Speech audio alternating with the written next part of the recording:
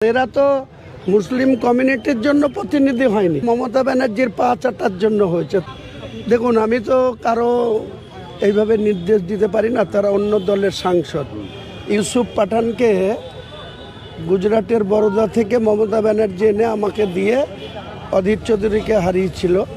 আমি সেদিন মমতা ব্যানার্জির সম্মানার্থে অধীর রঞ্জন চৌধুরীর বিরোধিতা করে ইউসুফকে এমপি হিসাবে নওদা থেকে শুরু করে বিভিন্ন জায়গার মানুষ, 7টা বিধানসভার মানুষ, দুটোতেও লস ছিল, 5টাতে লিড ছিল, 85,000 ভোটে সে নির্বাচিত হয়েছে। ওই তারপরে থেকে আমার সঙ্গে কথা নেই, কারণ এরা বাঙালিদের কোনো মর্ম বুঝে না, পশ্চিমবাংলার কোনো মানুষের দয়া ময়া সমস্যার কথা এরা বুঝতে চায় না। এরা নন বেঙ্গলি, গুজরাটে থাকে, বরোদা। আর এরা পয়সার এত লোভ। এর আব্বা অত্যন্ত ভালো মানুষ, ছোটোবেলা থেকে মসজিদে ইমামতি করতেন, মসজিদ ঝাঁট দিতেন, কিন্তু দুই ভাই পয়সার এত লালচ। ও এখানে অধীর চৌধুরীকে এমপিতে হারিয়ে, অধীর চৌধুরীও লাস্ট 10 বছর তোলাবাজি করতো, তার মিসেস তোলাবাজি করতো। এমপি ল্যাটসের টাকা খরচ করতে গেলে 12% টাকা নিত। এই যে লাইট বলছেন, এই লাইটের স্কিম অধীর চৌধুরী করলে 35% টাকা তুলতো তার মিসেস। এও আবার শুরু করেছে তোলাবাজি। আগামী দিনে ঘাড় ধাক্কা খাবে, কোনো চিন্তা নাই। আর এখানকার যে এমপি হয়েছে মুর্শিদাবাদে, তার কত রকম ধান্দাবাজি আছে, কদিন অপেক্ষা করেন, সব আমি তুলব। 16-17 কোটি টাকার বেআইনিভাবে রাজ্য সরকারের এসআইডির থেকে টাকার কাজ নিয়েছে, তার সঙ্গে যে ঘুরে বেড়ায় তার নামে। সেই সব কাজের পেমেন্টও আটকানো হবে, আর সঠিকভাবে কাজ করবে, তারপরে পেমেন্ট ছাড়া হবে। চলো, ব্রিগেডটা অনেকদিন পর পাওয়া গেছে, ব্রিগেড আমরা ভরিয়ে দিই। আর আল্লাহর যদি রহমত হয়, তাহলে শুকনো ওয়েদার থাকলে তো কথাই নেই। ব্রিগেড আমরা অনেকভাবেই চেয়েছি, কিন্তু দেখুন এখন বকলমে ব্রিগেড মুসলমানদের নামাজ পড়ার জন্য দিয়ে দিল। কাল ওয়াকাফের মিটিং করতে মমতা বন্দ্যোপাধ্যায় দেয়নি, কিন্তু আল্লাহর কিষান যে ব্রিগেড আমরা পাচ্ছি নামাজ পড়ার জন্য, তো এই সুযোগ ছাড়বো না। আমি পানিতে ডুবে খালি পায়ে যাব, দরকার হলে পলিথিন নিয়ে যাব, ওইখানে বিছিয়ে আমি নামাজ পড়বো ইনশাআল্লাহ। এটা গাঁজাখড়ি কথা, আমাকে কেউ বন্দে মাতরম বলাতে পারবে না। আর সংবিধান কোথাও বলেনি বন্দে মাতরম বলতে হবে। সুপ্রিম কোর্টের একটা অবজারভেশন আছে, তারাও রায় দিয়েছে, কোনো একটা ঘটনার পরিপ্রেক্ষিতে জোর করে কাউকে বন্দে মাতরম বলানো যাবে না। এমনকি মোহন ভাগবতও বলেছে যে বন্দে মাতরম কাউকে জোর করে বলানো যাবে না। আমি কেন বন্দে মাতরম বলবো? আমি দেশকে ভালোবাসি, এই কথাটা বাংলা, ইংরাজি, উর্দু, ফার্সি যে ভাষায় বলবেন বলতে রাজি আছি, কিন্তু বন্দে মাতরমই কেন বলতে হবে? বন্দে মাতরম মানে কি? এ ধরতি মা হাম তোমারি বন্দনা করতে হ্যাঁ, ঠিক আছে?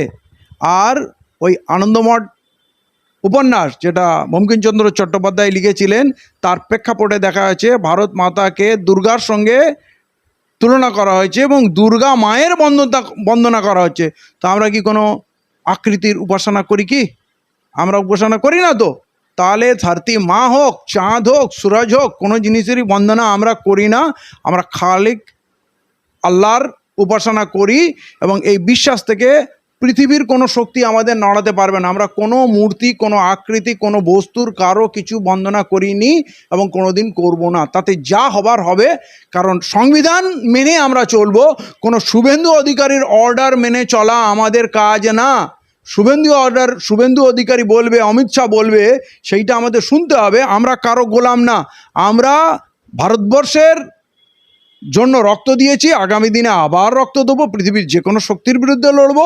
সংবিধানকে সম্মান করি, দেশকে সম্মান করি, দেশের জন্য সর্বস্ব দিতে রাজি আছি, কিন্তু কারো অর্ডার শুনে চলতে আমরা রাজি নই। দেখুন, এইটা একটা ডিজিটাল মার্কেটিং মনে হচ্ছে। এখন সফটওয়্যারের যুগ, অনেককে অনেক কিছুভাবে প্রমোট করা যায়, কিন্তু সাধারণ মানুষের যে আগ্রহ, এতে বোঝা যাচ্ছে যে এই বিজেপি সরকারের প্রতি মানুষের মনে ব্যাপক ক্ষোভ আছে। সেইটা বাকি রাজনৈতিক দলগুলো তাদের দায়িত্ব পালন করতে পারেনি। এই বিজেপির বিরুদ্ধে যে দুর্ধর্ষ লড়াইটা দেওয়ার কথা কোনো রাজনৈতিক দল দিতে পারেনি। তারই মাঝখানে ককরোচ একটা থিম। সুপ্রিম কোর্টের জাজ যখন এদেশের বেকার চাকরিপ্রাপ্ত নিট পরীক্ষার ফল যে উক্তি করে হলো এরা ককরোচ, এরা খালি অশান্তি করে, এরা গণ্ডগোল করে, এরা দেশকে দুর্বল করছে, মানে ককরোচ বলে উপেক্ষা করেছে, সেইটা মানুষের মনে আঘাত করেছে এবং এই দেশের ইউথ তারা গর্জে উঠেছে এই অপমানের বিরুদ্ধে, এই ককরোচ বলার বিরুদ্ধে। এটা একটা প্রতিক্রিয়া, ঠিক আছে? এটাকে মানতে হবে যে সাধারণ মানুষ তার মনের কথা ককরোচের মাধ্যমে প্রকাশ করছে, কিন্তু এটাও বুঝতে হবে এই ককরোচকে ডামি ফাইটে বিজেপির বিরুদ্ধে দাঁড় করিয়ে দেওয়া মানে এই পশ্চিমবাংলায় যেমন বিজেপি ভার্সেস তৃণমূলের যে লড়াই হয়েছিল, সেই লড়াইয়ে বামফ্রন্ট আর কংগ্রেস উবে গেছিল, অপ্রাসঙ্গিক হয়ে গেছিল।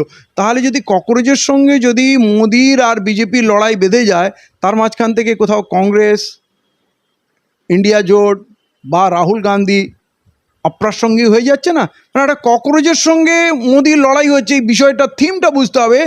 এটা দেখে মনে হচ্ছে একটা সামান্য ককরেজ বিজেপির মতো একটা এত বড় দলের থেকে বেশি জনপ্রিয় হয়ে গেছে, কিন্তু দ্বিতীয় দিক এটা হতে হবে যে ককরোচের সঙ্গে যে মক ফাইট হবে, সোশ্যাল মিডিয়ার যে লড়াই হবে, ফিল্ডে তো মাটিতে কিছু নেই, এই লড়াইয়ে কোথাও না কোথাও কন্টেস্ট থেকে রাহুল গান্ধী আর কংগ্রেস বা ইন্ডিয়া জোট আউট অফ সাইট হয়ে যাচ্ছে, হারিয়ে যাচ্ছে। এইটা কিন্তু একটা চক্রান্ত হতে পারে। যেমন কখনো কেজরিওয়ালকে কারাপশান, ফাইট এগেনস্ট কারাপশানের নামে কেজরিওয়ালকে এনে দাঁড় করে দিয়েছিল কংগ্রেসের এগেনস্টে। আবার এখন থালাপাতি সে হঠাৎ একটা থিম হিসাবে উঠে আসলো, প্রতিষ্ঠিত যারা ফিল্ডে স্ট্রাগল করছে তারা যেন উবে গেল। ওখানে স্ট্যালিন একটা বড় শক্তি, বড় লিডার, সে উড়ে গেল। তো এটা মার্কেটিংয়ের যুগ। আমার সন্দেহ হচ্ছে কোথাও ইন্ডিয়া জোটকে আউট অফ সাইট করে দেওয়ার জন্য এই নতুন মেকানিজমটাকে প্রজেক্ট করা হয়েছে, যে মোদির এগেনস্টে, বিজেপির এগেনস্টে ককরোচের ফাইট হচ্ছে। কোথাও না কোথাও ক্ষতি হচ্ছে ইন্ডিয়া জোটের, এটা আমি ফিল করি।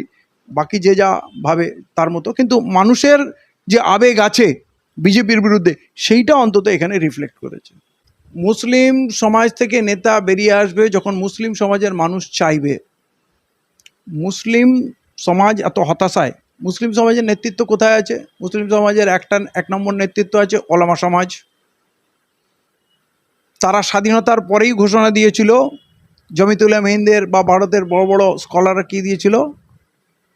हम सियासत नहीं करेंगे, सियासत गंदी चीज़ है, सियासत नहीं करेंगे, सियासत হারাম হ্যাঁ। তখন জমিতুল্লাহ মেহিন, জামাতে ইসলামী, এরকম ওলামা সংগঠন সবই বলেছিল। তাহলে মুসলিম সমাজ যখন সিয়াসত থেকে সরে আসলো, তাদেরকে ধর্মকর্ম করতে বেশি করে বলা হলো, তোমরা জাকাত ফিতরা দিতে থাকো আর মদ্রিস মাদ্রাসা করতে থাকো, আমরা ইসলামের প্রচার করব।